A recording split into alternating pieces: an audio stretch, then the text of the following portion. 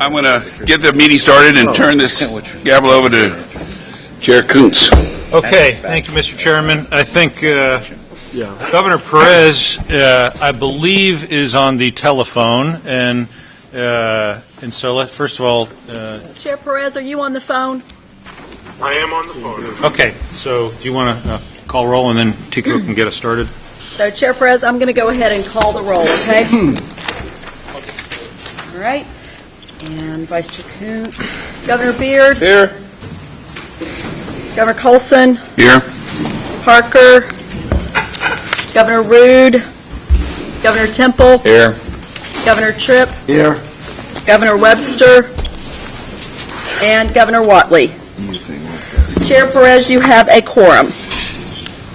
Thank you, Vinoka. I want to start this meeting, but obviously since I can't see anyone, because I was unable to attend, and I apologize for that, I'm going to go ahead at this point, after approval of the minutes, and turn the meeting over to my more than capable Vice Chair, Governor Koontz.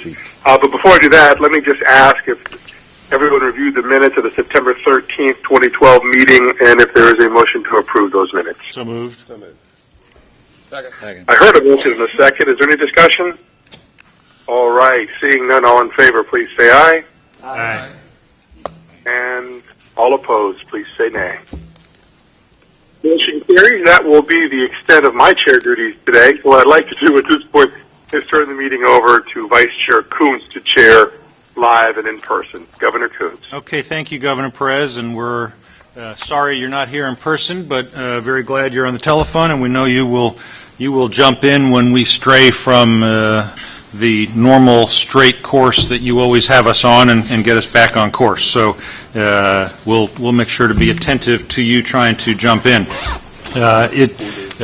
Getting called into duty, I'll do my best to go through what Governor Perez had intended to do for today, and start with, you'll notice on the screen, a short PowerPoint presentation. I referenced yesterday when the governor was here that we would have a dialogue talking about accountability framework, potential funding metrics going forward, and the intent of this short part of our agenda this morning is not to reach any conclusions, is simply to more provide an update on where we think we are, where staff thinks we are, to see if there's any feedback from any of the presidents. There will be a more, we'll take it to the next step at our next board meeting, where we actually try to zero in on actual metrics and a definitive process. But just from way of recap, and you'll see the slides on the screen, the board has worked over the past several years to develop the guidance needed to clarify roles of the Board of Trustees, to outline new processes on fees and various tuition options. Of course, we're all familiar with how that process has worked. Sometimes worked well, sometimes there's room for improvement, but there has certainly been an intent to provide clarity in terms of the processes that we use. The page 3 on the slides up on the screen show our three-part accountability framework. It shows you how our board's annual accountability report and each university's work plans are both linked to the board's strategic plan. And the strategic plan, of course, is driven by long-range goals important to our system's future. The accountability report tracks how the system is progressing towards reaching the goals outlined in the strategic plan. And your university work plans include key performance metrics that are important to getting our system working towards achieving our strategic plan goals. And so these are just recaps of what we know. We spent a lot of time obtaining stakeholder input to identify metrics. I think personally one of the great things that has happened is we've identified metrics, and one of the areas for improvement is that we've identified roughly 40 metrics. And I think once you get to the point of having 40 metrics for anything, it's easy to lose focus on really what's important. And so as a result of all of these metrics, and also maybe taking some, just going back in time, not too long ago in our board meeting when we talked about tuition increases, the Chair Colson asked Governor Perez and I to look at ways of addressing tuition differential on a more metric-based model and trying to come up with a better process so that we don't repeat the meeting we had earlier this year, and so that's what Governor Perez and I, working with a lot of help from staff, have tried to come up with. And so really the key page that I want to call your attention to is the one that's on the screen now. On the left side of this chart, and again, these are not definitive. This is not exactly what we're going to do, because what we want to do is work with all of you to come up with exactly the right process going forward. But as you see, we would, from a tuition differential standpoint, we would have standard metrics. I think clearly these standard metrics would include retention rates and graduation rates. The third bullet point there is in essence what the governor was talking about yesterday. And so if you think about post-graduation success, employment average salary, continuing education, that clearly aligns with the governor's request to look at the percentage of students who get a job or continue their education, how much money do they make. And you see the other metrics. The one not included there, which I think we'd be looking to also add, is the governor's cost to get the degree. And I think, to clarify, I'm pretty sure he did not intend for that to be taken as the student's cost to get the degree. I think the intent is, what is the cost to deliver that degree to the student? So it's I believe, that is a quasi-efficiency metric of how much does it cost the university to provide that degree versus what does it cost the student to obtain it. You see several other metrics that are not even at the proposed stage, just at the conceptual stage. And then on the right side of the page, the thought would be that each university would select a metric of their choice, of your choice, because obviously every one of the universities, there are certain things that we should all be measuring, and there are certain things that are more unique to each individual university. And so we would be, in essence, having a menu of our 40 metrics, or maybe it's even more than 40 metrics, that each university would pick one themselves. And then the board would also, the Budget and Finance Committee would suggest for each university a specific metric. When looking at, as we discuss and debate tuition differential approvals, we'd still look at all the other metrics. And then finally, I think, and very importantly, we're not suggesting that there be a formula imposed to determine tuition differential approval rates, but we're suggesting that there would be a process that's informed by fact, informed by these metrics, but at the end of the day, judgment has to play a role, because the system is not so perfect that we would actually just plug things into a formula and move forward. And so the Budget and Finance Committee would exercise discretion based on these fewer metrics, and then we would make our decisions. And so I think the message is clearly fewer metrics, more important metrics, trying to look at what we think are important metrics, also connecting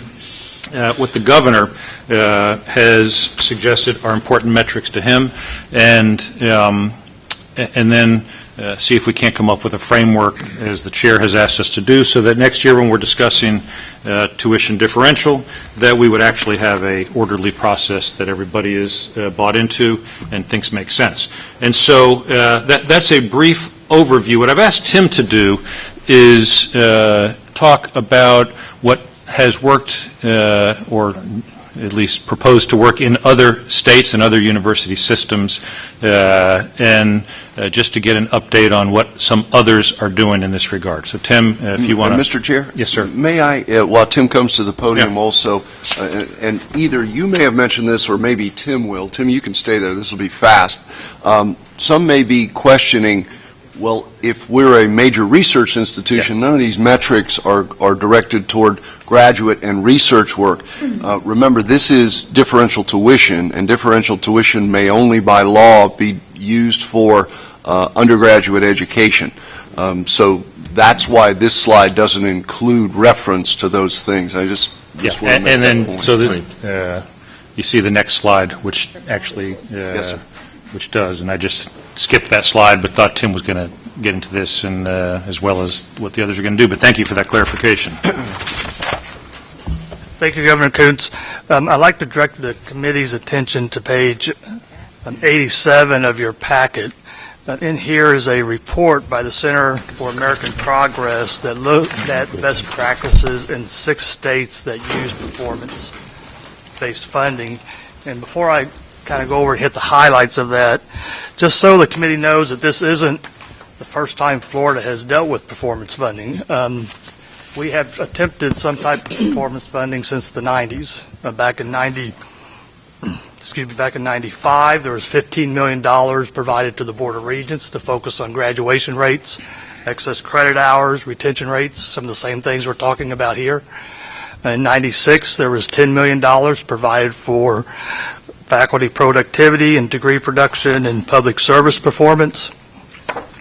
Again, in 96, 97, there was some additional funding. In 98, 99, some more money. Most of that money was non-recurring, so it was a one-time shot that never really built any synergies to move it forward and keep it going.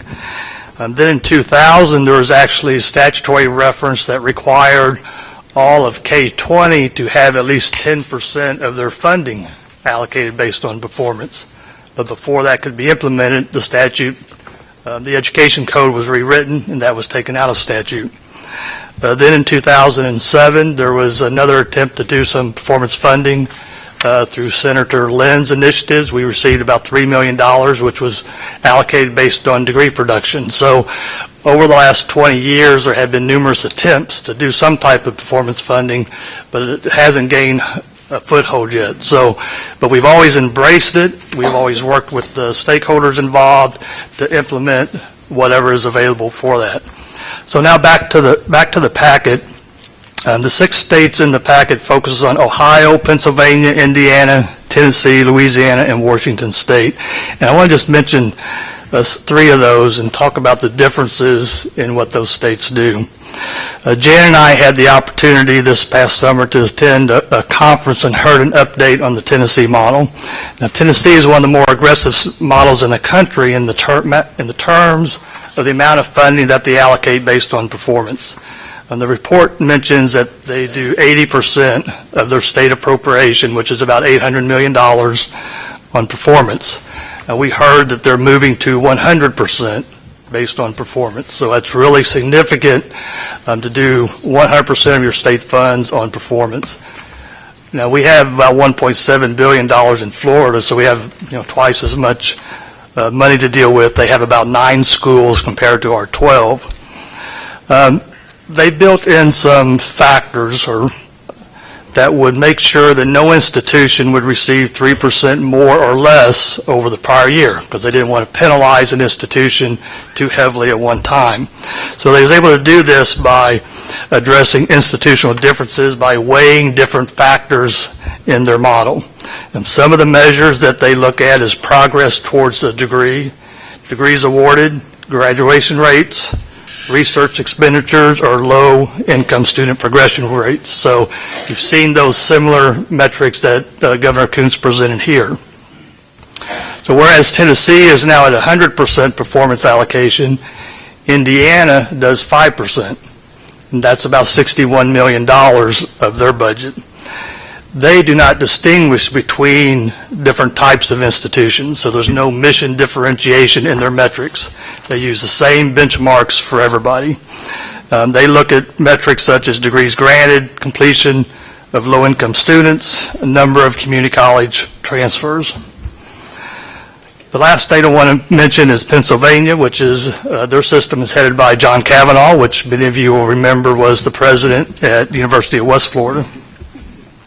They set about 8% of their state appropriation aside for performance funding. That's about $38 million. They have 14 schools in their system. They initially started with 8 metrics a few years ago that has now been expanded to 10.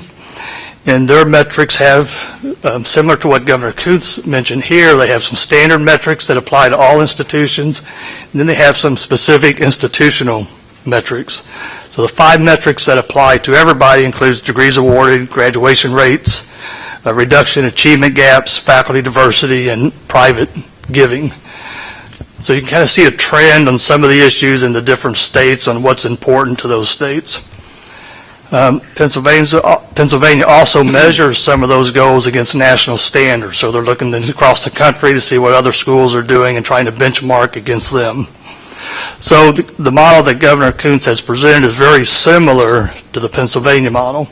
So you have a set of metrics that applies to all institutions, and then you have some unique metrics that would be chosen by this board and the boards of trustees based on the institution's missions. So I think one of the things to keep in mind is each state is different, so they all have different goals they're trying to address. And we would be the same way. We have our own issues here in Florida, and we would do the metrics that are most appropriate for us. Now, the report mentions several best practices that include the following. One, you have to have a sufficient amount of money allocated towards performance funding to make it an incentivized program. So if you come in and just doing a very little amount of money, there's really no incentive to work towards improving your goals. So it's going to have to be significant enough to get people's attention, whether that's 5%, 10%. I mean, that's something that this board will have to decide. You need to have indicators that measure progress and completions. So it's good to know that you're at a high level, but are you also, if you're not at a high level, are you continuing to make progress towards those goals? You also want to incorporate provisions that ensure a university doesn't lose a certain level of funding. So that's what Tennessee had done in their model to make sure there was some balance there so no one was overly penalized in any one year. And you also want to have a year in which there's some time to kind of understand the model, there's some learning involved, to know what the impact is going to be at each institution if you implement that model. And finally, I think the one that's the most important is you have to have buy-in from all the stakeholders. I mean, we've seen this in the past with other performance models in Florida. There hasn't been fully a buy-in from everybody. So I think it's going to take the board, the universities, the governor's office, the legislature to really buy into a model to make it successful and make it stick. So those were the kind of the best practices that was outlined in the report. Thank you, Tim. So just to summarize, and then I'd like to open it up for any questions. What we're trying to do, what I've asked staff to do, is have fewer metrics that are very goal-specific, that those metrics incorporate the governor's desire, but are broader than the governor's 3 that he outlined, because I think that is a journey we're on to get to the metrics that he outlined, and I think they need to be included, but I don't think, at least initially, we could just go with only those 3 because we don't have the data on all those measures to really make informed decisions. And so, but it would include the governor's suggestions, that we would be including a metric selected by each university, and then that we're not building a system that is a formula-based system, but that includes judgment that will be applied by the board in the approval process. We're also committed to making sure this is a partnership.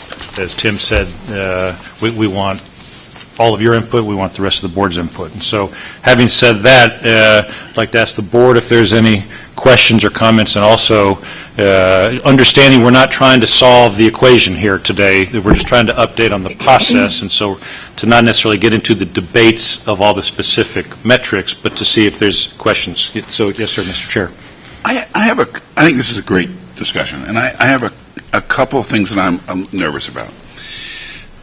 Many of the things that the governor's concerned about are very legitimate, and yet you put yourself in a position that if we're going to focus on cost to degree, does it incentivize people to increase their class size, to be too dependent on adjuncts? And so I think we need to worry, and how does that impact quality, which is not necessarily, which is a different measurement versus, so I think we need to figure out how to do this in a way that we also look at, cost to degree is important, but we also on the other side, we want to make sure that the class size, student-faculty ratio doesn't get out of whack because somebody wants to improve their cost to degree number. So, or they're too heavily dependent upon adjuncts because they don't want to pay the cost to have, full professors. So, and I don't know how you do that, but I think it's something that there's a tension between some of this efficiency and quality. There's no doubt, and of course, that's why that's not the only measure of success, and that's also why judgment has to come into play. Right. And I think you're right. There is tension between those metrics. I think by design, actually. Right. Mr. Chairman, when you look at that one, it's a very good example. It could be possible to have the lowest per pupil cost to degree in the state university system over here, and over here, all of the rest of your metrics are taking a beating as a result of that. I'm giving you an extreme example. So to support that issue, there has to be a balance struck between those measures. But at the end of the day, what people should consistently look at is what does it cost, but what are you getting for the return on investment? If the metrics are high or even low but going up, then whatever you're paying, hopefully, for that degree will be evidenced in its worth based on the fact that your metrics are evidencing an appropriate return on investment. So, Mr. Vice Chair. Mr. Chair, No, go ahead. I have one other thing. could that be that we can add like the ranking to that, because the ranking take into consideration a student, faculty, and a bunch of other ratios, for quality. Could that be something, Mr. Chairman? You think something like that? Or the factors that the ranking, we come up with metrics that we can mimic the rankings by just including the important metrics out of the rankings. The difficulty is that we can't end up with 40 numbers in here. That's right. Because that's where we were before, and with 40 numbers, I think you might as well have no numbers or 1,000 numbers. And so we need to settle in on a few key metrics. I think this is good feedback, and I'd like to see what the university president says. And I have one last comment, then I'll be quiet. It seems to me that how we deal with, because we're dealing with differential next June. Right. Hopefully it won't be like last June. So That's why we're doing this. That's why we're doing this. And it seems to me the analysis on differential might be different in a year where there's been a budget cut as opposed to a year where it's budget neutral and we're talking about an add-on. Well, I think that gets to what the decision is. It's not necessarily the metrics aren't going to change, and the assessment of performance of the universities. Right. It would impact the discretion that the committee and the board applies. But I don't think that changes the metrics that we'd be looking at. Okay. Yes, sir. Mr. Chairman, I think that what this says, and to both the board and to the universities and their respective boards of trustees, is that this is going to require a greater cooperative relationship. And I see, as you were saying, reducing the number of metrics, but also giving the universities an opportunity to say, okay, these are the specific metrics that, in terms of, this is our number one goal, this is where we are, kind of puts it in the context, as well as giving the board the opportunity to say, this is what we think that concept should be. But I think going through this process will foster a greater relationship and greater cooperation, which is going to be necessary. The money, there's not going to be a lot more money in the next 5, 10 years or so. So it's going to force us as a board, as well as force the universities and the boards of trustees to a closer working relationship to say, okay, we can't, all the universities can't be all things to all people. We're going to have to break it down. Vice Chairman Hosseini was saying, let's look at the context in terms of the missions of each one of the universities and how that breaks out. And I think that's going to require us doing some critical thinking, but also I believe as going through this process and fostering a stronger, closer relationship and how we do that, it'll give us more cachet when we go to the legislature where we're saying, okay, the board is saying one thing and the universities are saying the same thing, as opposed to the board going to the legislature saying one thing and the individual universities saying, you know, well, that's what they said, but that's not what we said. It's going to foster and force us to have a closer working relationship. I think a lot of times in the legislature, when you have the board saying one thing and respective universities saying something different, it puts us at cross purposes. So I think this is going to foster a greater relationship and cause less of those opportunities to happen. Thank you. Madam President? Yes, I just need some clarification. And I'm good with all the metrics. I mean, I'm okay with this, but I thought tuition differential metrics are that really is for the undergraduate, building up the undergraduate programs that we have. And then you look at the performance funding, and that's a different type of metric. And in that performance funding, under the standard metrics, but particularly the mission-driven metrics, when you say two institution-specific metric, board choice, is that the Board of Trustee choice or Board of Governor choice? The Board of Governors. Okay. The two in university choice would be the Board of Trustees Okay. working with you to select two. Thank you. That helps. But the one that is I just question is the doctoral degree in STEM. And I wondered, again, we do a lot of doctoral degrees in STEM, so I don't have a problem with it. I wondered why that was the one that was chosen. It doesn't come out with jobs that you might think. That a lot of the engineering, for example, even at MIT, half the engineering students are international, and they go back.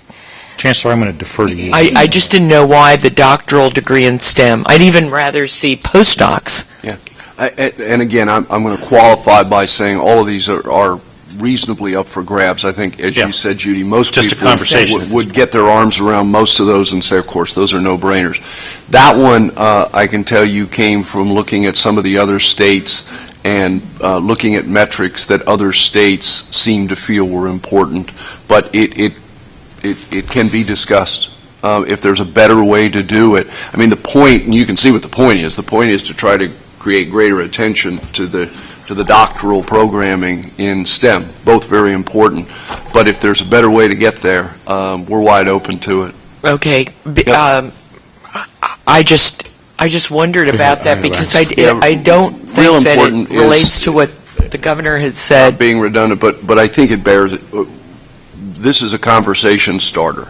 Now, the good news is I think a significant amount of this probably isn't necessary to converse about because most reasonable people would look at most of this and go, okay, let's get on with the finer points and let's begin now to zero in on creating what the final metrics would look like and what the rubric would look like to determine how it would all come out at the end of the day. But you raise a very good point. And well, you know, if I like to say oftentimes that STEM is not science. If you add another M, you can add medicine, medical related areas where you get a lot of technical skills and job performance. So if you add medicine to it, right, that makes sense to me. So let's do Governor Husseini and then President Pence. President Genchef, the doctorate degree in STEM is the most coveted. Actually, it was a discussion among presidential candidates, and what that is. And I agree with you, by the way, on medical, and the same thing. What it is this is a doctorate degree. It's about the research, and is about innovation, and one candidate says, if you get a doctorate degree in STEM, we also, if you're international students, which it covers, as you know, a lot of international students come here, get their doctorate degree in STEM, and they're out of here. So we put a green card with it, and ask them to stay here. And from my understanding is that most, high, top universities in the country are really trying to get these students that get a degree in STEM, and that's where we are short going forward, in research in STEM, because so many of these students, especially international students, are leaving. Right. And they're being hired away by, other countries. I clearly understand that, and as the number 2 institution at this table for research, I clearly understand the whole research thing. I just didn't know that was a metric. Okay. It's fine. It's fine. We do a lot of doctoral programs in that. I just didn't understand. President Pence. Well, we don't. We get a big goose egg. Already we're behind. Your regional institutions specifically don't do this kind of doctoral STEM research. It's being well done by other institutions in the state, and so I think you need to take that into consideration when you look. And I know that this is just a conversation starter, but be careful you don't put us in the back seat and we'll just get low numbers there. I think we're not that's supposed to a do very doctoral degrees. appropriate Absolutely. concern. Chairman? Yes, sir. Yeah, just on that point, no one wants to make you what you're not. Because that is typically the response people get is, well, if there's a metric there on it, we got to do something about it or it's going to count against us. Right. No, it shouldn't. The better look at this is to say this is trying to help tease out and clarify what each institution is and wants to be, and what the institution contributes to the system, whether it is additional access at UWF or UNF in undergraduate programming, whether it's additional research work at University of Florida or other research institutions. It is about trying to move in that direction, but absolutely not, because I totally agree with you, Judy, trying to make people do things that they shouldn't be responsible for doing. That's how you create a well-balanced system in terms of what each university brings to the table to contribute to the system. And I look at that as one of our guiding principles, actually, as we're coming up Good. with this. Now, that doesn't mean there won't be a rub and we have to talk about it, Right. but I And think we the do produce STEM degrees, just not doctoral degrees. I understand. So the sensitivity's there, and I think that's part of the dialogue, is if we're going down too far one direction, that we would hope you would continue to counsel us. Oh, yes. Yeah, and I know you will, but that's what we're trying to accomplish here. That's for sure. Okay, before we move on, are there any other? I've got a question. Yes, ma'am. When you look at other states, you do see a combination between an understanding of enrollment growth along with performance metrics. And I think the state of Florida was pretty much all enrollment growth up until a few years ago funding. But now I'm seeing no attention at all to the proposed growth in the system and how that's going to be funded. I don't know if that can be incorporated in your performance metrics, but I know that some of the institutions around the table have a commitment to serving more students, and if there's no additional funding for that, then that's difficult too. So I don't see a home for enrollment growth in these metrics and in I think our stated mission to serve more students is system-wide. And to be clear, these aren't all the metrics. We have our whole laundry list of metrics, of which other things would be included that would always be considered. Yes. Sorry. Governor Beard first.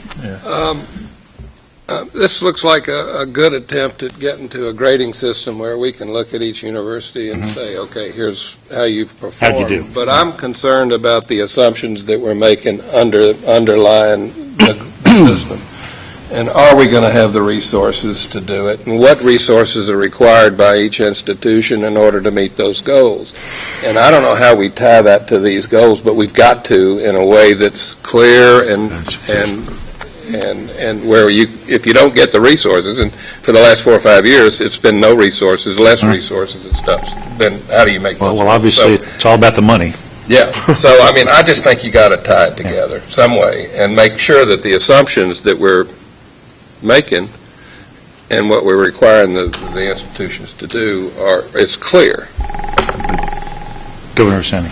Okay, just to issue, with the resources, Dick, that our chairman and myself, we met with our staff, if the resources that you're talking about on the Board of Governors side, and we were very clear with our staff that we're going to give our staff all the help they need, about with coming up, with all the criteria and be able to get the data and make sure the data is clean and is a correct data. So that's very important to us. If we don't have a correct data, we could not come up with any of this. So we understand that. Now, the answer to President MJ on enrollment, I want to be frank with you.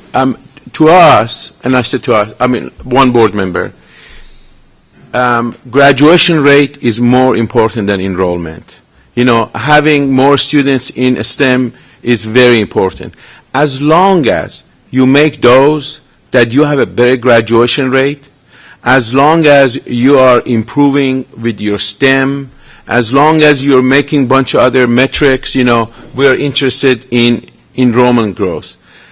This was a discussion yesterday that how many of our kids come to university that should not be in university, that after 6 years, they don't graduate and they leave with $21,000 average in debt. That's devastating to a family and to a student.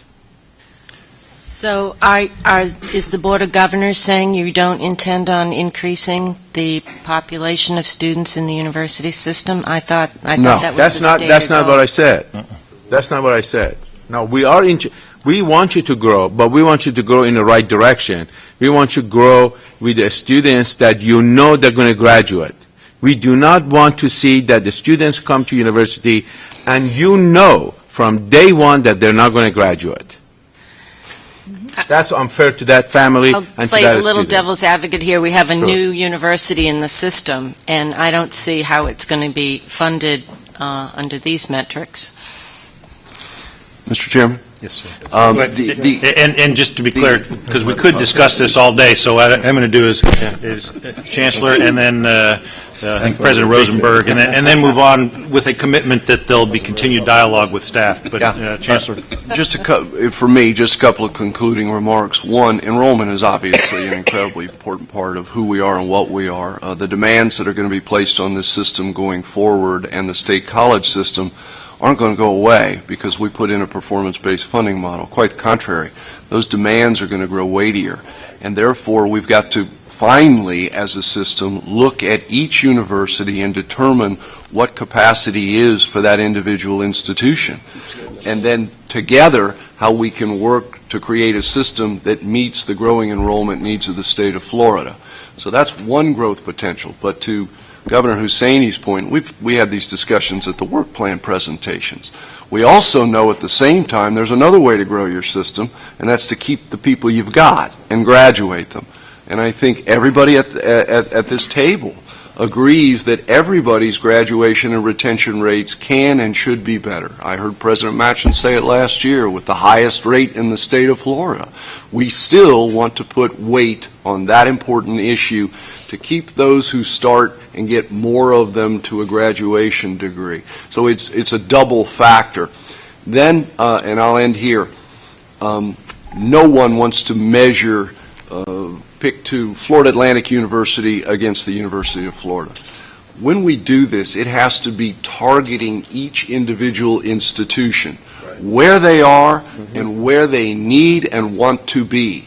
It's great to have the contextual view of how everybody is doing, generally speaking, because that helps the system then determine if we're meeting our system and state needs. But at the end of the day, this is about looking at Florida A&M University and their metrics, those 40, and getting a clear picture of who they are, what they want to be, what the state needs them to be, and then trying to hone in on those things that will create a personality-based profile for Florida A&M University, and the expectation that wherever they are, people should expect that there ought to be some movement forward in a successful way. So you do two things there. You're not only working to meet the needs of the system, you are helping each institution to more clearly state their need in order to get to their highest priorities. So that's a lengthy answer, I know, both on enrollment, but also on this whole issue that, because I've heard it before, and I understand it, that how are you going to compare us against them or them against us? That's not what this is about. This is about taking each one individually and identifying how we can work together to help that institution move forward on its highest priorities so that we can help the system move forward. And speaking of moving forward, we're going to need to do that, but President Rosenberg. Just very quickly, we have a lot of metrics out there now that we've been focusing on, in particular in the last board meeting, you went down through those metrics. And I think it would be very helpful to us as to what's going to count for what and what the weighting is, because we have to take this back and operationalize it. And so, for instance, a question I have is that, I'm just going to simplify this. Okay, so if we keep the doctoral degrees in STEM, what is that? How does that relate to the other percentage that you're interested in terms of the percentage of graduates in STEM? And how do we evaluate the relative priorities in terms of where resource allocation that we do have goes? We're going to need some help on that, because otherwise it will not, in the trenches where this has to occur, it'll be very difficult to digest. My view is that we're not going to have weightings on these because it is not a formula. That one reason to have few rather than many is the few you have are all very important. But if we try to have weightings in a formula, I think, then we take judgment out of the equation, and I think that would be a big miss. And so that would be my guidance. I'll end on this part of the agenda with Governor Tripp. You're good? Okay. This is hard, and it's about the money, so it's really important. And so our commitment, my commitment is there needs to be a partnership, Governor Carter, to your point, but I think it's a worthy cause. It's a challenge that Chair Colson's given us to come up with a better process. I think it's going to be a journey. This is not going to be easy, but we're going to get there. What I'd like to do now is move on to item 4 and give a brief legislative budget request follow-up. You'll recall in September, board members, that we approved the 2013-14 legislative budget request, and these recommendations were transmitted to the legislature and the governor on October 15th. You may also recall that President Manchin brought to our attention that the retirement reduction calculations that were done during the 2012 legislative session were overstated.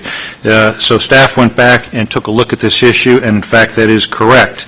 The issue in essence is the reduction was calculated based on all state university system employees, additional employees, non-E&G personnel, and this calculation was incorrect. The retirement calculation should have been made using just E&G employees. If that had been the case, the reduction would have been $19.7 million instead of what was in the document at $33 million. So thank you, Mr. President. There's a $13.3 million adjustment that's been submitted, and that was a good catch. Thank you very much. Second update is, you'll recall there was a $118 million request for performance funding, and the universities were all asked to come up with a plan to indicate how the projected goals would be impacted by this infusion of additional resources based on an allocation. So all of the universities submitted these plans, and What we thought we would do today, relatively briefly, I hope, is ask 3 of the universities to review their plans, because they're all just slightly different, and so we thought it would be impactful to hear what 3 different universities came up with. We're not taking action on these plans. This is more informative. These plans can be found starting on page 103 of the packet. We're going to be asking University of North Florida, FAU, and UCF to each talk about their plans, and so we thought we would start with University of North Florida and Provost Workman to make his presentation. Thank you. Happy to do it here or at the podium. Either way, but I have the clicker, so I'm going to bring you the clicker. I have no slides. Okay, yeah. This is a low-tech presentation. Mr. Chairman. Low tech. Mr. Chairman, Tico wants to be recognized. Perez. Oh, excuse me. Yes, Governor Perez, please. Thank you, Mr. Chair. Thank you, Minoka, for hearing me. But before we get into this presentation piece, there's one thing I think we need to be clear that we consider, and I've had side conversations with the Chancellor about this process. We're asking for $118 million for performance funding at our universities, and what we're basically telling the legislature is fund the $118 million, and we will not come back and ask for tuition increases. I mean, I think that's the trade-off that's being established here. And what troubles me is the way we've gone about the allocation of that $118 million across our universities. What staff has done is take a look at our traditional allocation method across the university system, which is basically whatever your total budget is, you get that percentage of the new money coming in, kind of a total budget allocation number. I think if we are asking the universities to not seek additional tuition increases, that we ought to be allocating this $118 million, which makes up that tuition revenue, across the universities based upon FTE enrollment, as opposed to our traditional allocation method of total budget. It's not something we've talked about at the board yet. I think it was just staff discretion to come up with an allocation methodology. But if we understand what we're doing, which is saying our total tuition number would be in that $118 million range, we don't want universities to seek additional tuition increases. We're willing not to pursue them. If the legislature will fund this $118 million, I think we need to, as a board, realize that we probably should allocate that back out as an FTE number as opposed to a function of total budget. And before the universities make their presentation, I just want to put that on the table, because I think we'll be doing a bit of a disservice to our metropolitan universities if we wind up doing it under our traditional staff-driven allocation methodology based on recurring state funds. So I want to put that on the table. Hopefully some of the presidents will comment on it as well. Mr. Chairman, I think it's important that the board understand that the allocation methodology for the 118 was not driven by the board, but just kind of our standard new money in, here's how we allocate it. And I don't think under this circumstance, based on the trade-off, it's an equitable thing to do. And just to be clear, so there's no decisions that have been made in terms of the allocation of the money. So Governor Perez is, thank you for your comments, but we're not actually taking action. Obviously, we don't have the $118 million, so there's no action to be taken. And Mr. Chairman, you're right. This is an exercise, and this is not to make the case that this is what will happen if we are fortunate enough to get $100 million new dollars and our $300 million. This is an exercise, more importantly, to see that whatever the new money would bring, how would the university plug it into their work plans and their highest priorities? Honestly, this is to hear what 3 universities, what their process is, so that we can all learn from what others are doing. Not to suggest there's $118 million, and not to suggest that if there is, here's how much you get. Yeah, Mr. Chair, I'm very clear that the money's not there yet, and it's an exercise. But what I found through the years on the board is if we operate under a certain set of assumptions in our discussion and differences aren't raised, those assumptions seem to become what the board promised each university. Yeah. So I just want to be clear that if we don't want to revisit the allocation methodology presumed today, that the record is very clear that we will, or you will, frankly, revisit that allocation methodology if and when the legislature blesses us with these additional funds. When we walk through examples and ideas, a lot of folks tend to feel that commitments have been made in particular numbers, and I don't want, it's a much tougher fight to go back and say, well, those are the numbers we modeled, but here are the real numbers. We've changed our allocation methodology 3 months later. I think it's a lot easier to say allocation methodology will be discussed later. There will be equity in the process, but now let's go through the exercise. I just wanted to make sure we get that on the table. Okay, thank you, Governor Perez. Mr. Workman, Thank you. Thank you for doing this, and looking forward to your comments. My pleasure. Thank you. I'd like to remind you that Dr. Ignash asked us to address process, priorities, and percentages, and encouraged us not to use PowerPoint. So here we go. I'm grateful for this opportunity to share with the board the process that we followed in developing UNF's 2013-14 legislative budget request. I believe our LBR is a judicious representation of the needs of the university and the achievements we can attain if we receive support commensurate with our aspirations. I would like to begin by noting that our LBR development process actually had its inception in the preparation of the annual university work plan, which itself has spawned ongoing, iterative, and vigorous discussions about the alignment between the university and BOG priorities, and more specifically about where UNF could allocate incremental resources, should they be forthcoming, to achieve the greatest institutional gain and regional impact. And that leads to my second prefatory comment, which is that every decision we make at UNF is driven by our mission as a regional comprehensive university and informed by our vision of carrying out that mission at a level of national quality.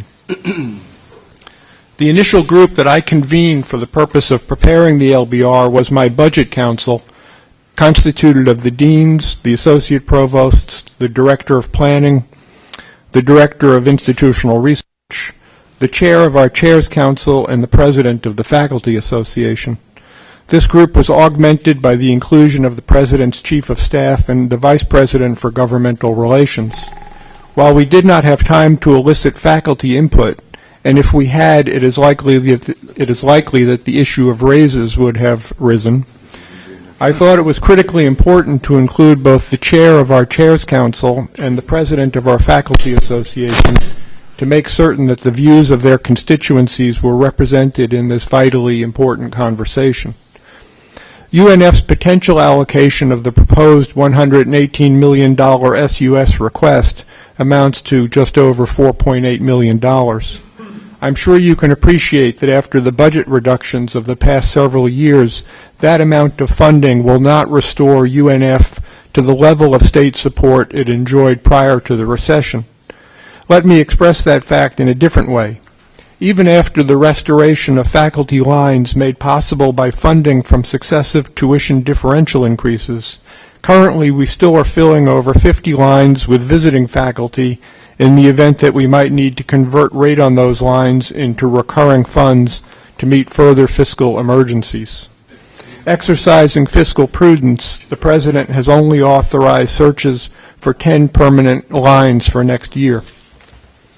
Given the backlog of unfilled lines, you will not be surprised to learn that the college deans identified faculty positions and startup costs well in excess of $4.8 million as UNF's greatest need and highest priority. They rightly observe that the recruitment of faculty, particularly in STEM fields and other disciplines deemed by the BOG to be areas of strategic emphasis, would enable UNF to generate more baccalaureate and graduate degrees in these fields.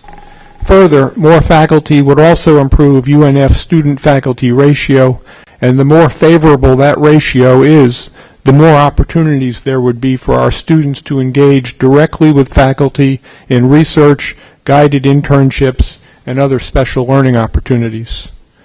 So adding faculty has any number of direct and indirect beneficial effects and is clearly our most urgent need. However, there is another metric in our plan, the freshman retention rate, that warranted special consideration on its own, given its importance not only to the BOG but also to UNF's desire to provide a high-quality, uninterrupted undergraduate education. There are numerous best and emergent practices that impact this rate and that UNF is in various stages of implementing. The proposed budget allocation of $340,000 to address this need is in fact modest, especially given the cost of the most powerful data analytics programs that are beginning to become available. In fact, shortly after we submitted our LBR, we were invited by the Education Advisory Board to participate in a predictive analytics pilot program that would cost the university in excess of $100,000 annually, but that promises to pay huge dividends in terms of student retention and success. As for the order in which we have listed our budget priorities, while improved retention logically precedes greater degree production, our first two priorities, more undergraduate and graduate degrees in areas of strategic emphasis, made possible through the targeted recruitment of faculty, clearly are our big-ticket items. As long as we have an adequate number of faculty available to provide individualized mentorship to students, metrics 4 and 5, while critically important, would not be inordinately costly to support. I would like to tell you with regard to the improvements that we projected for each metric that we made those calculations with scientific precision. We did not. While we did base them on an analysis of 5-year trends, there are in fact so many variables affecting any one performance measure that the actual impact of more resources remains something of an educated guess. So while our Director of Institutional Research provided the quantitative basis for our projections, I provided the qualitative judgments that his disposition for precision won't permit him to make. I also will observe and wish to underscore that while we are projecting improvements on each of the metrics I have discussed, the recruitment of faculty, especially in STEM fields, and the implementation of a robust data analytics program will in fact take a number of years to accomplish and to produce their desired effects. And thus I would encourage you to look for general trends over the next several years rather than absolutely rigorously measured improvements.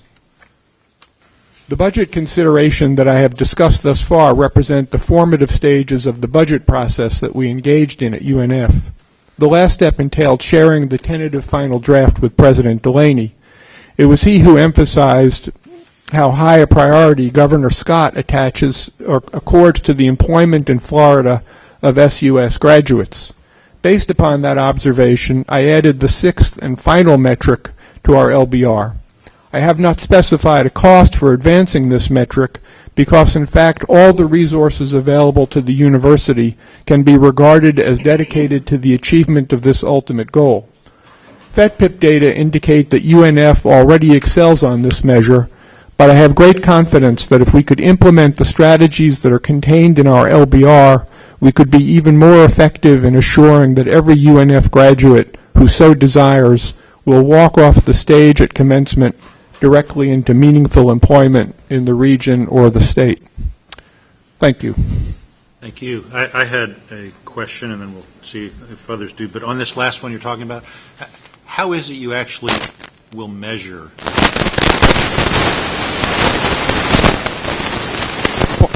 Can't tell where the interference is coming from. At this point, we exclusively use FETPIP data, but we're going to seek to improve upon that. Mr. Chairman? For everyone, a fine point. One of the things that Dr. Ignash has begun to do is work with the university program in looking at what some states currently use. What we're talking about here in terms of tracking students who graduate and go to jobs in or out of the state is a national problem. Because there's only two ways to do it. You either require that employers give you that information, and that's not going to happen, or you ask the students themselves. And so because FETPIP, which is our state organization that keeps this kind of information, is the first one to tell you it can only go so far. We are looking to implement a consistent survey for our state university system. Most of our universities, I'll use that word, most, already do some sort of survey tracking of their graduates. But what we'd like to do is create a consistent survey, consistently applied and disaggregated, to be able to use that.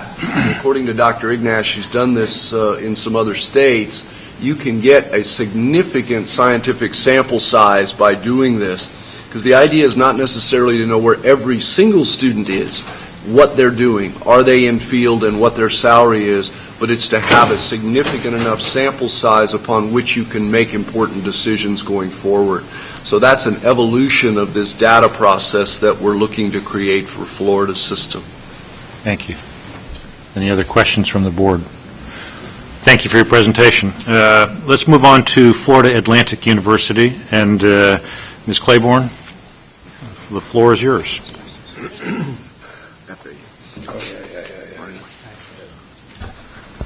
Good morning, Governors. I'm Brenda Claiborne, Provost at Florida Atlantic University. Well, I would like to begin by thanking the board staff for this invitation to be here and for the opportunity to request performance-based funding for our high priority activities at Florida Atlantic. Our request for performance-based funding is focused on 4 initiatives, and you'll find the details in your packet. We are proposing to improve our 6-year graduation rates, increase the percentage of bachelor's degrees awarded in STEM, enhance our total research expenditures, and increase the percent of course sections offered by distance and blended learning. So today I'd like to speak to 3 issues as suggested by board staff. I will describe the process we used to select these 4 initiatives, how we determined that they were our highest priorities, and then how we chose our revised 2014-15 goals. So as was done at North Florida, we involved a number of stakeholders in the selection process. We held discussions with the president's senior staff, with my senior staff, with the deans of the colleges, who in turn talked with their chairs and directors. And I think importantly for this exercise, I was able to involve our faculty senate into the decision making. I worked with members of our academic and budget planning committee who put considerable time and effort into the process. And I really want to thank them for taking this seriously and working with us. Ultimately, we know that the faculty will determine the success of many of our initiatives, and so to have them involved in the selection process is critical. So each of the discussion groups that were involved in the selection process considered all of the key performance indicators defined by you, the Board of Governors, and determined which of those fit with our highest priorities as articulated in our strategic plan. There was considerable consensus among the groups, and I think this was very interesting and important. Everyone agreed that FAU is committed to improving retention and graduation rates, particularly in the STEM disciplines, growing our research base, again with emphasis in the STEM areas, and increasing the number of online courses offered by our faculty. These goals are already clearly articulated in our strategic plan and align with the Board of Governors' strategic plan. And importantly, they also form the centerpiece of our work plan for this year and in the future, and that this is the work plan that we presented to you in June. I should also note that when we presented our work plan, we received quite a bit of useful feedback from you, and we had a good discussion on that work plan, and we appreciate that. So lastly, we selected our initiatives, but lastly we were faced with selecting our revised goals or metrics for 2014-15. And interestingly, this proved to be the most difficult part of the process because we had already chosen stretch goals in our work plan. So in considering we then wanted to consider how much more we could accomplish if we had performance-based funding. And we zeroed in on what specific activities could we undertake that would provide an effective and efficient return on investment. So the activities that we selected for each initiatives are detailed in our request, and if you would like to look at that. And again, they align with our strategic plan and activities that we're already carrying out on campus.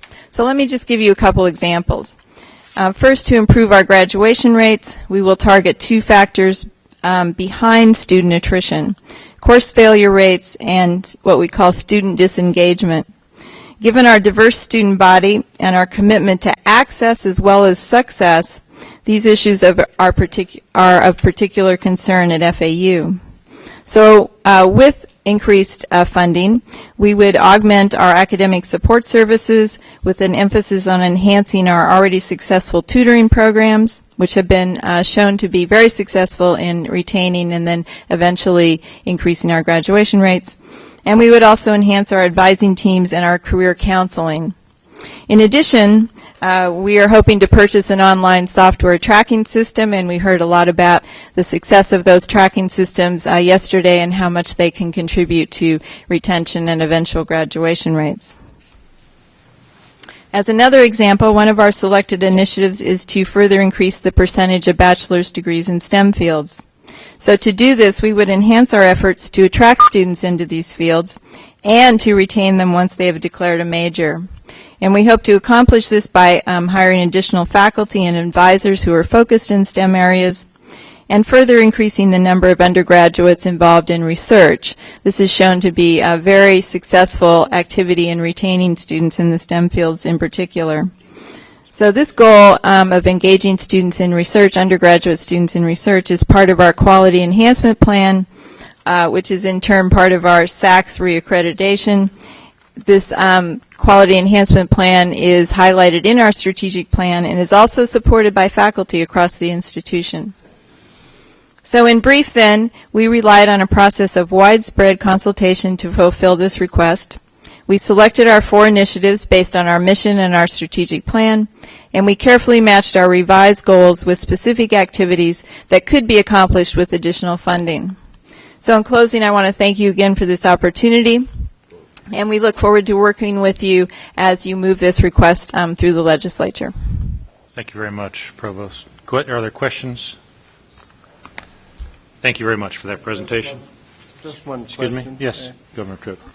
Is there any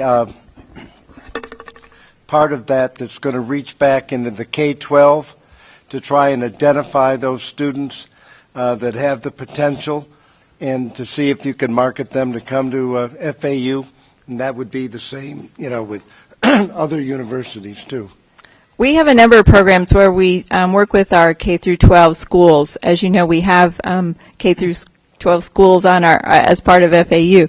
So for instance, in engineering does quite a lot of work with high school students and brings them on campus and engages them in activities that would relate to their classwork. So we have a math competition that we sponsor in the sciences. College of Science does that every year. So we have a number of those kind of activities, and I think those are very successful in recruiting students onto our campus. They get to see professors firsthand. They get to engage with some of our current students. So we're already doing quite a bit of that.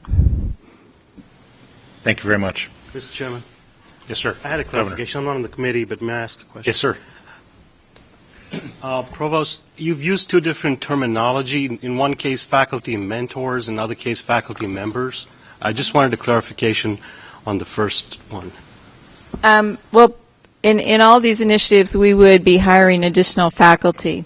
So they would be, I'm not sure exactly which phrase I used in which case, but they would be in the classroom and also serving as mentors to our students and helping advise them on decisions about career choices and about majors to select. Thank you. President Hitt, represent. Yes, sir, I do. I'll bring it to you.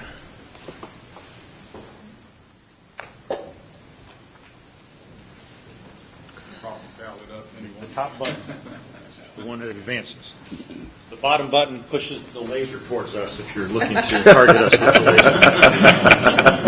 Sterilizing.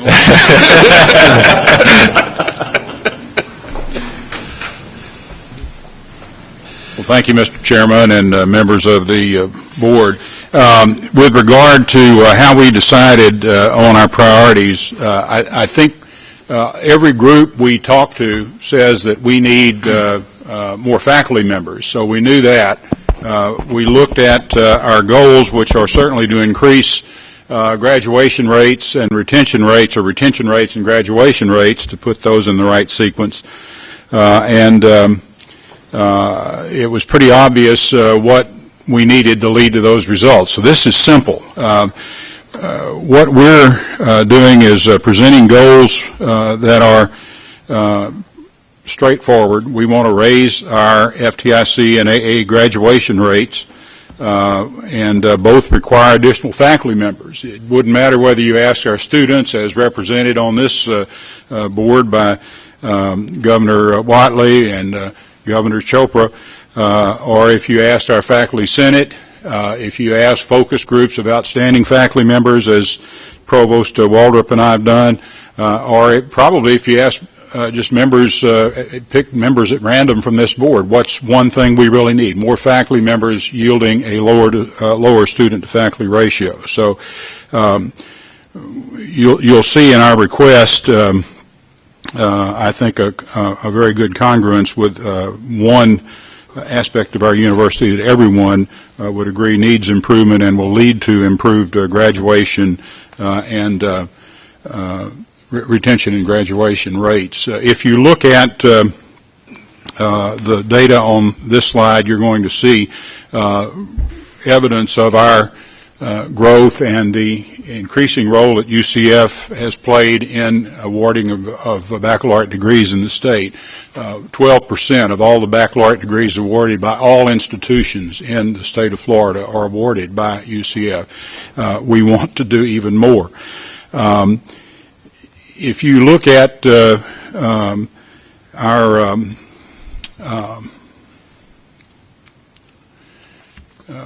the problems we're having, the challenges we're trying to address, here they are. A student-to-faculty ratio that has grown dramatically as we've tried to maintain access even in the face of budget cuts. We're now up to 31.7 as a student-to-faculty ratio. Folks, that's just too high. We're through growing at this point. We've got to have more faculty members even to get the student-to-faculty ratio into a better range without adding more students. The average class size has grown, and we're out of classroom space as well. So we've got some real problems.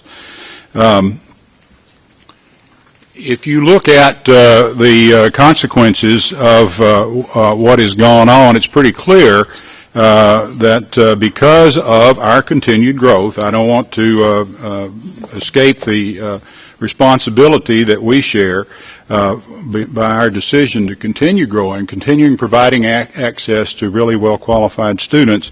We now have the lowest funding per FTE in the system. We don't have the money to address this other than through the LBR. If you look at what we've been able to do in terms of some efficiencies, our average administrative cost per FTE is clearly the lowest in the system. If you look at administrative cost per FTE in 2009-2010, the most recent data we could find, we are, clearly the lowest. If you look at instructional cost per FTE, we're among the lowest. As a very high research activity institution, I think that's a remarkably low cost, probably too low cost if you're going to talk about enhancing quality. And again, if you look at the just a simple bar graph that makes it easier to see the real difference, anyone would have to say that we've got a lot of efficiency. So we're not just whining about the need for money. We have addressed a lot of the effects of increased growth with budget cuts through some real efficiencies. What do we want to do? What are we asking for? Well, I'm asking for a clicker that works right now. Here we go. We were told we could ask for approximately $14 million. What we've suggested is a split between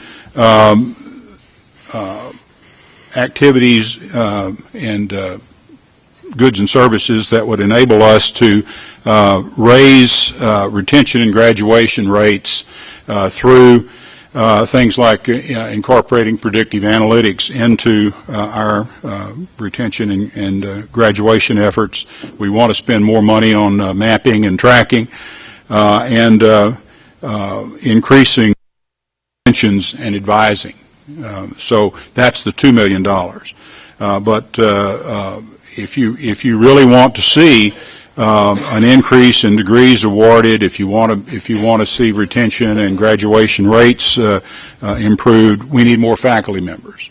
And so we are asking for the bulk of the money to come in funds that would enable us to hire about 150 additional faculty members. And we think that would have a material impact on our efforts to increase retention and graduation rates. We've broken these out in terms of areas where they would be expended.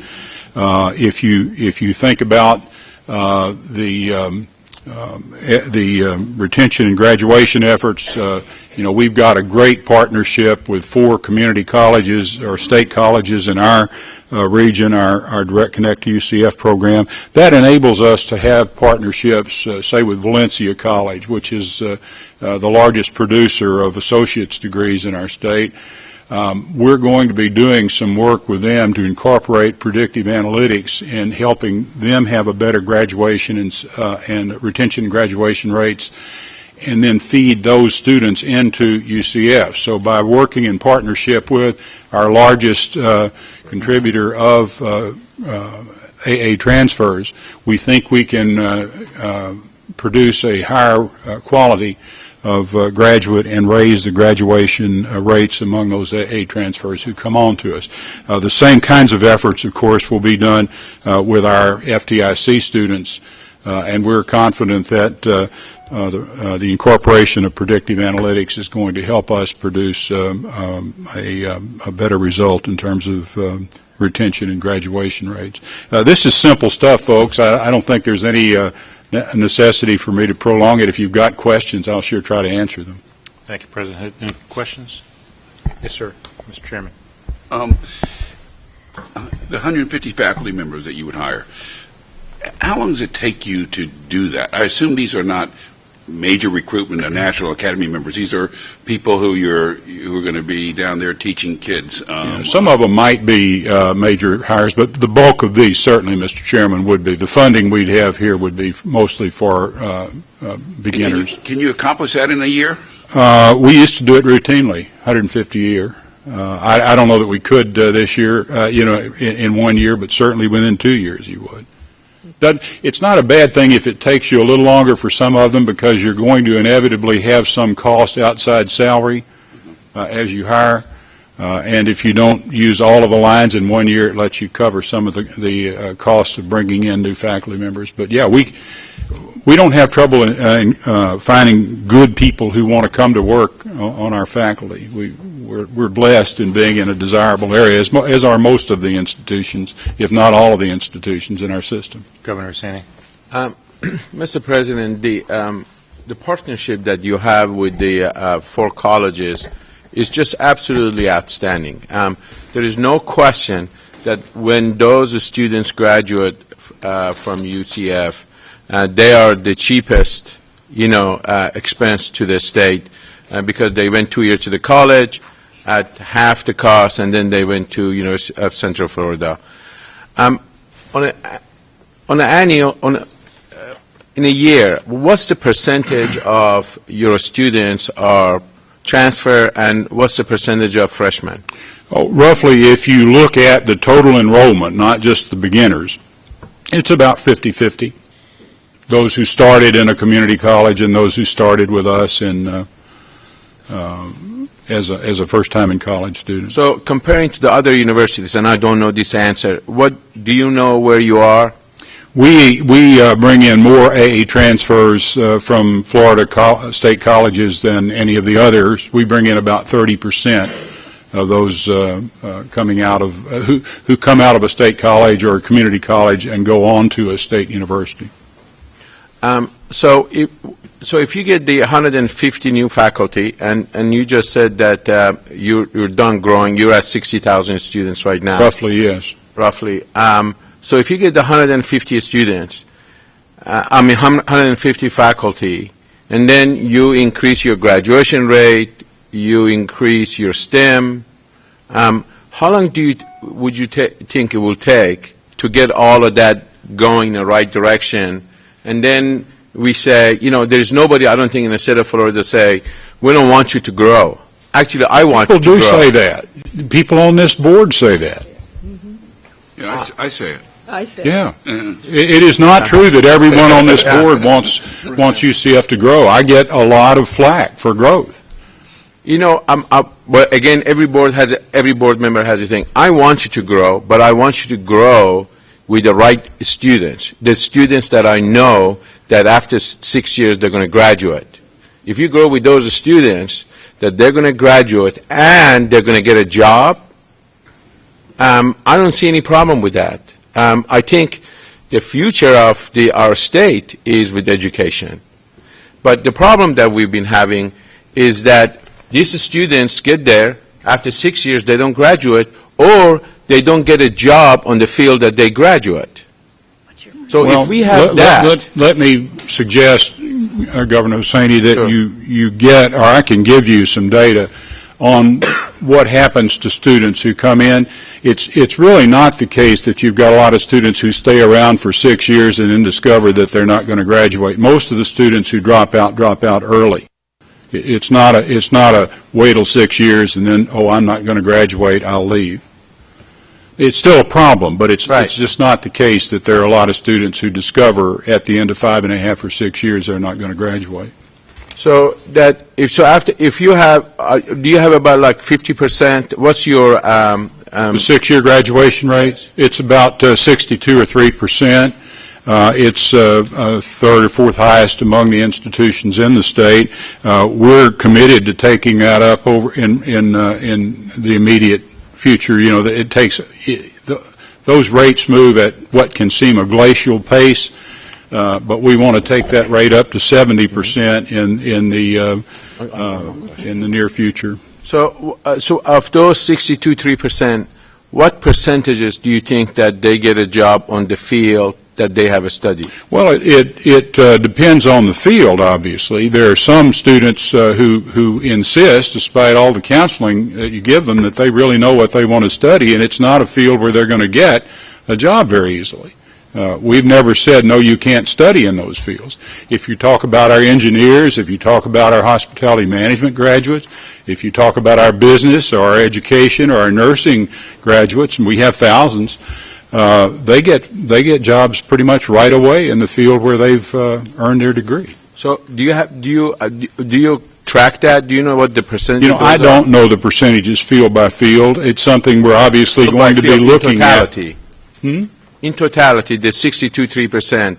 Do you follow? I don't. It's something I wish I did know, and we're discussing how we can get better estimates on that, because it's obviously a metric that we're all going to be a lot more concerned about in years ahead.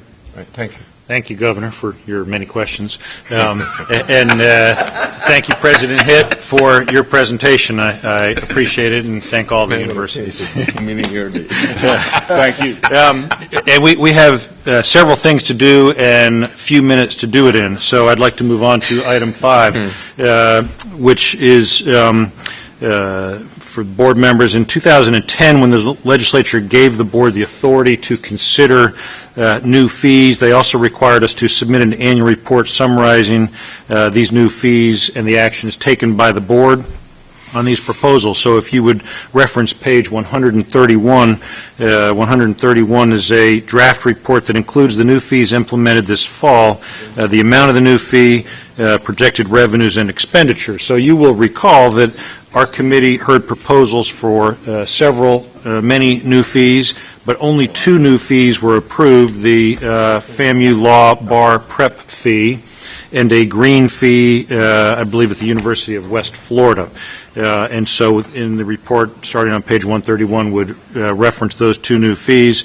And we need to have take a vote in order to authorize submitting this to the legislature, so I would accept a motion to approve. Move to approve. Thank you. Yes, thank you. Second. Any further comments? All in favor, please signify by saying aye. Aye. Opposed, no. No. Excuse me? No. Your- I vote no. Your vote no, that we don't submit this to the legislature? I vote no. Oh, it has to be on that part, the fee part. Right. We've already approved the fees. All we're doing Yes. now is submitting to the legislature what we've previously done. Yeah. Thank you. But if you would like to vote no on that you should think we shouldn't submit this, you're certainly welcome to do so. Motion is approved unanimously. Item 6 is for information only. On page 187, you will see a list of new fees and increases to existing fees that are being discussed in our universities as we speak. What we have done is we have asked for this information to be submitted just as information only for a heads up to our committee so we can see what is being considered. It appears that what's being considered right now are additional green fees, academic enhancement fees, as well as increasing the orientation fees and application fees for graduate students. So this is for information only.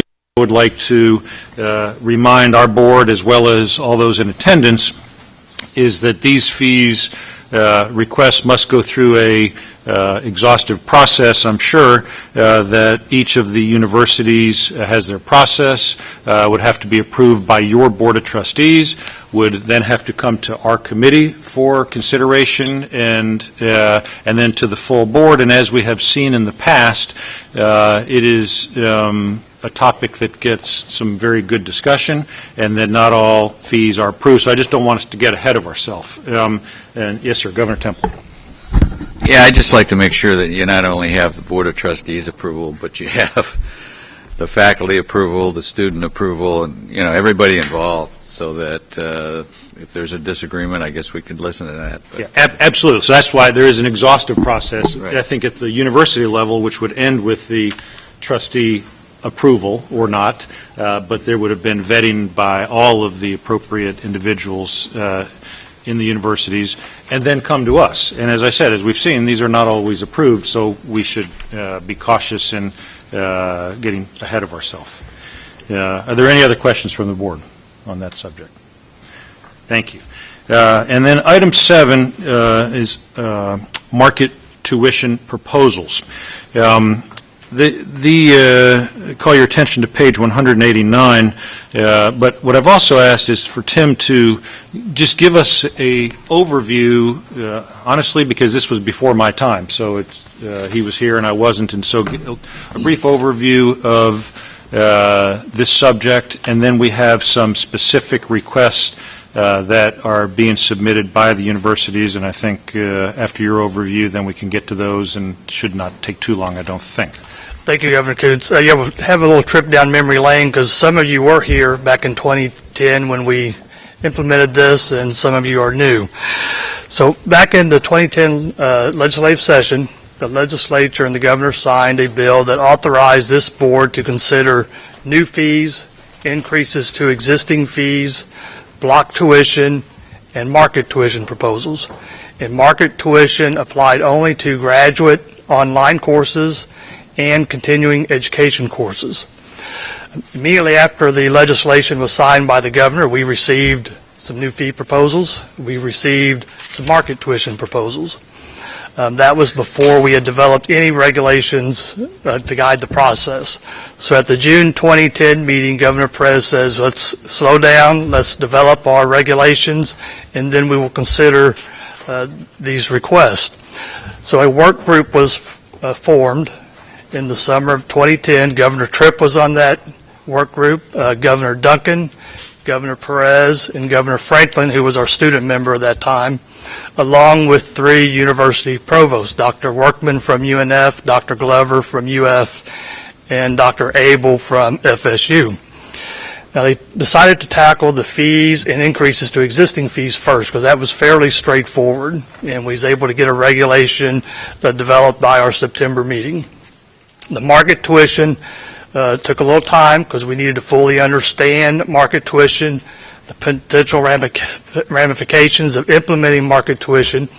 So what the work group asked for is from the provost a paper kind of with some guidance on what they would suggest. So the work group took those suggestions and developed a regulation and presented that in November of 2010. And one of the things that came out during the discussions was that, this was a fairly big change for Florida to start moving from regular tuition to market tuition. So they decided to implement a 3-year pilot project and to limit the number of market tuition proposals that could be submitted each year to 5.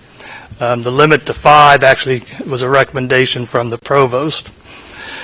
The regulation also address some critical workforce need programs, because there was a concern that those critical workforce needs, you didn't want to market yourself out of the having students get into those. So you had to come and make specific recommendations on access and degree production if it was identified as a critical workforce need.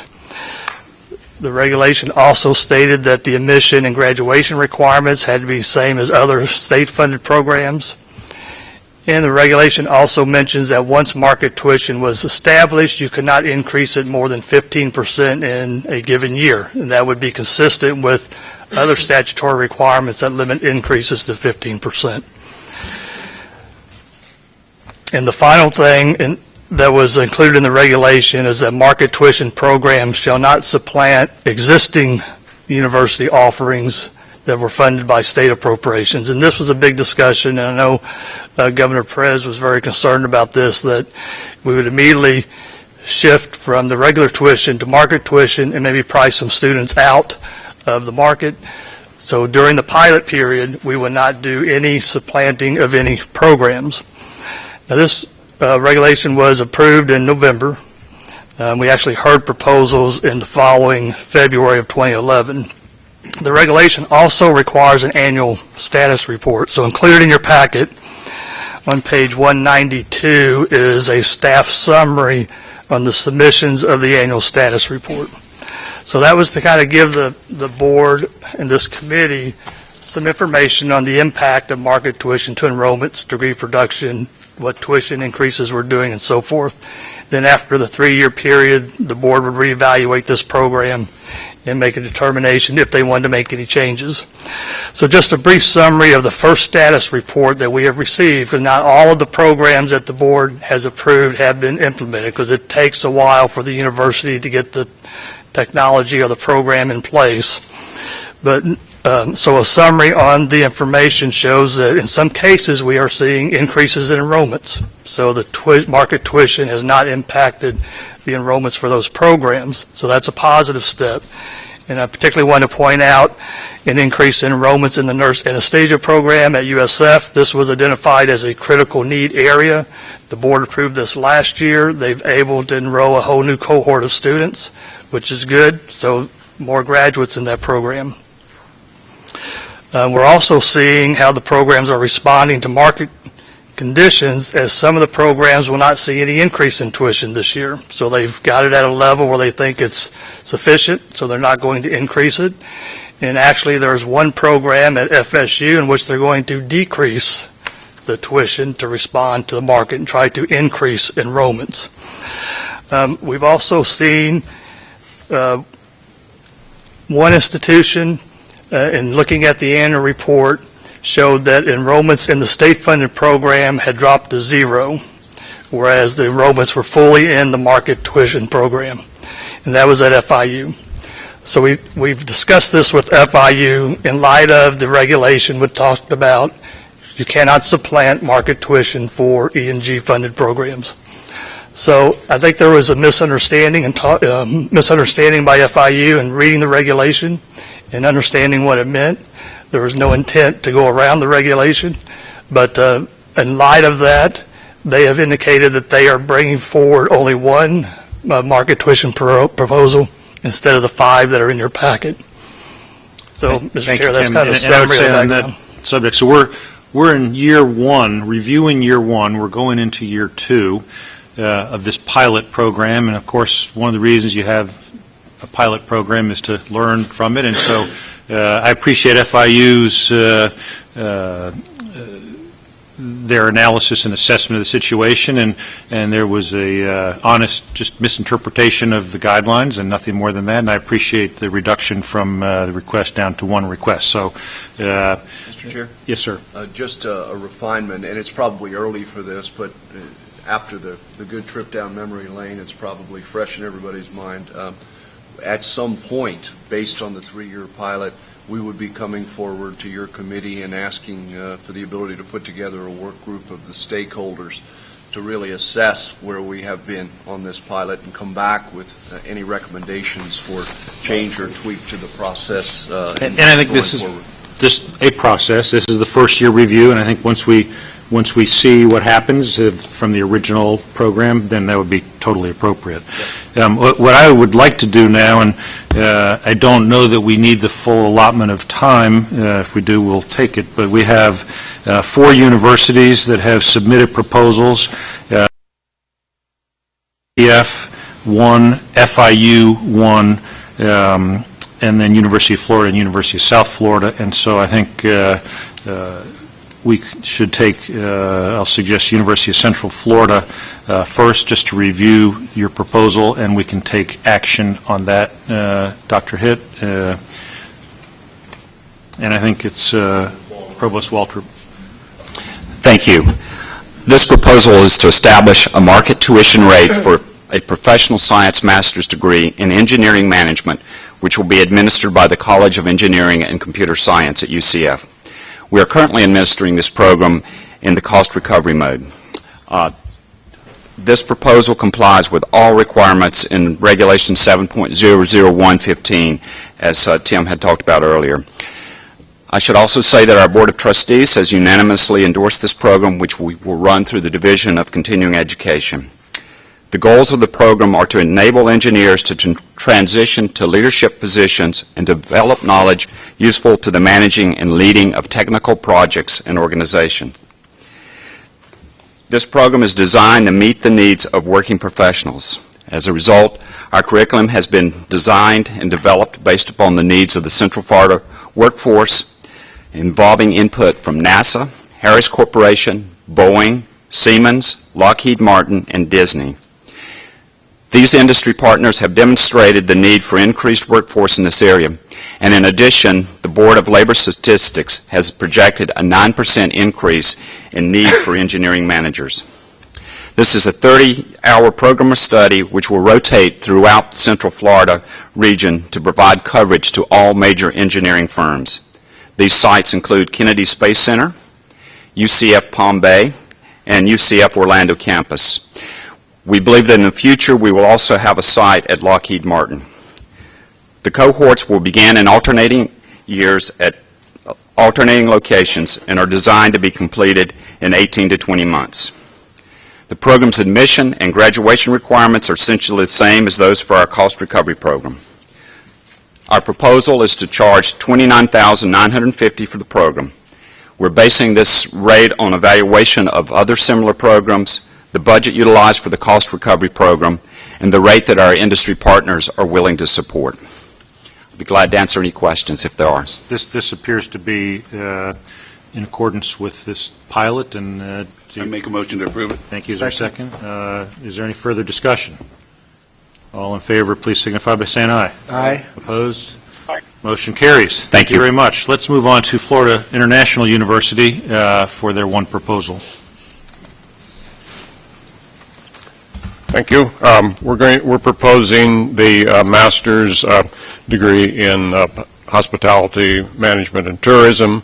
The students that would be enrolled in the market rate program would be the ones who are in our fully online degree program and the ones that are in our off-campus sites. All of the students that are currently in our on-campus site will continue in that program, and we find that this program fully aligns with the Board of Governors regulations, and we're charging $3,000 per course for the program, so that depending on whether the students come with a lot of experience in the hospitality industry, they take 30 credits in the program, or if they've had less experience, they take 42 credits in the program.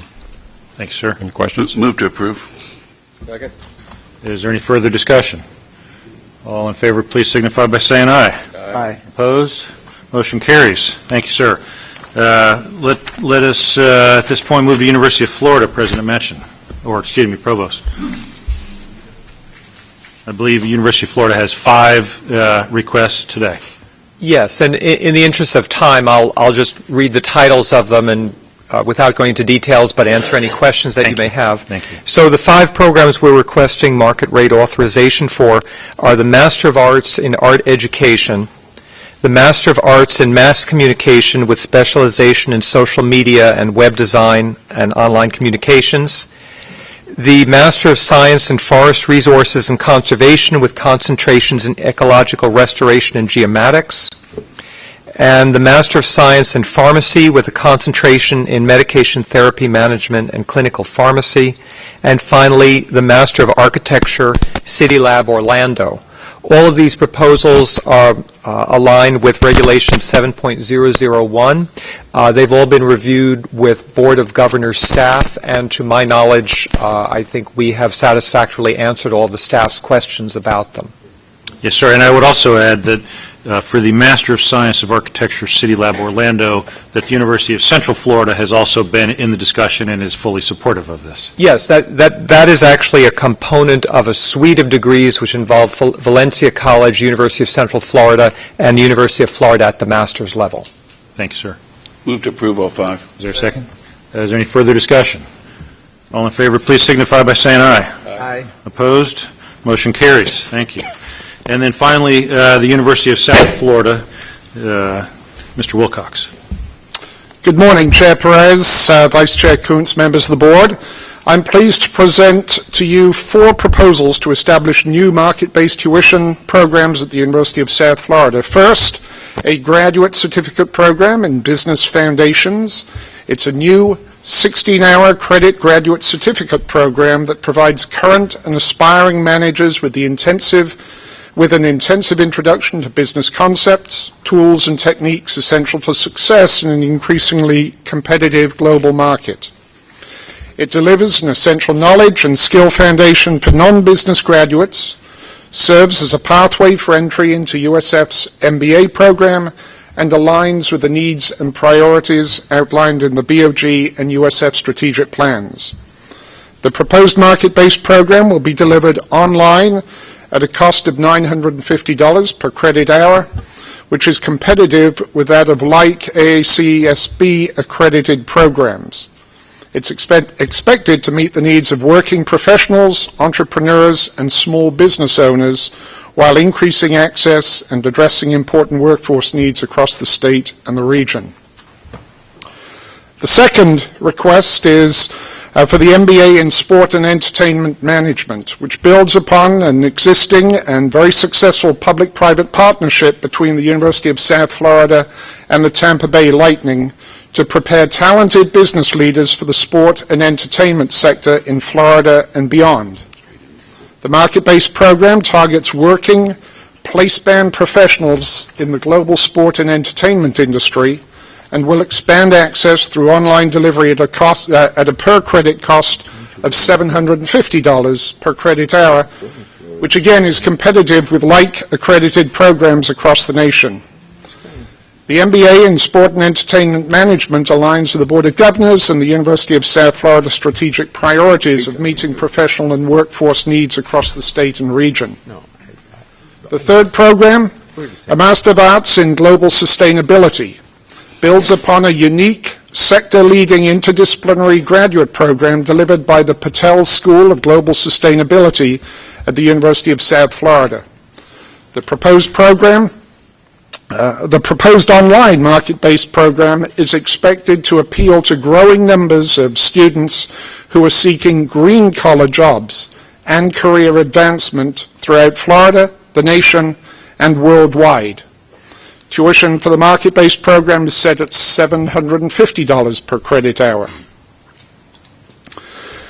The last, MED in TESOL, that is Teaching English to Speakers of Other Languages, is expected to significantly expand access to USF's pioneering TESOL program for teachers across the state, throughout the nation, and into the international marketplace. Very few universities deliver an online degree with a TESOL specialization, even though changing demographics are increasing the demand for such skilled teachers.